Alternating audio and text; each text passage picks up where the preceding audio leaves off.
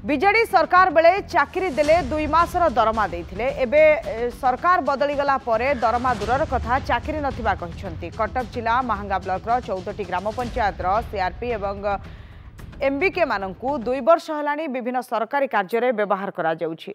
प्रथम 2 मास दरमा देथिले 2.5 वर्ष होई गलानी 148 कैडर सीआरपी एवं एमबीके मानंकु दरमा देबा तो दूरर कथा सेमानकर चाकरी विषय रे तदंत करा जाउथिबा आळ देखाई दरमा बंद करा जाइछि। 7 दिन तले एनै महांगा बीडींग को दाबीपत्र जणाइथिले। एहा भितरे समानकर समस्यार समाधान होई नथिबारु आज ब्लॉक सम्मुखरे प्रतिवाद सह धारणा रे बसिछंती। एपरिकी समस्यार समाधान न हेबा पर्यंत धारणा चालू रहिबो बोली चेतावनी दैछंती। माने 2021-22 रु आम एमबीके सीआरपी पोस्टिंग हेलुनु आगुरी भी 2 मासर दरमा पाइचु।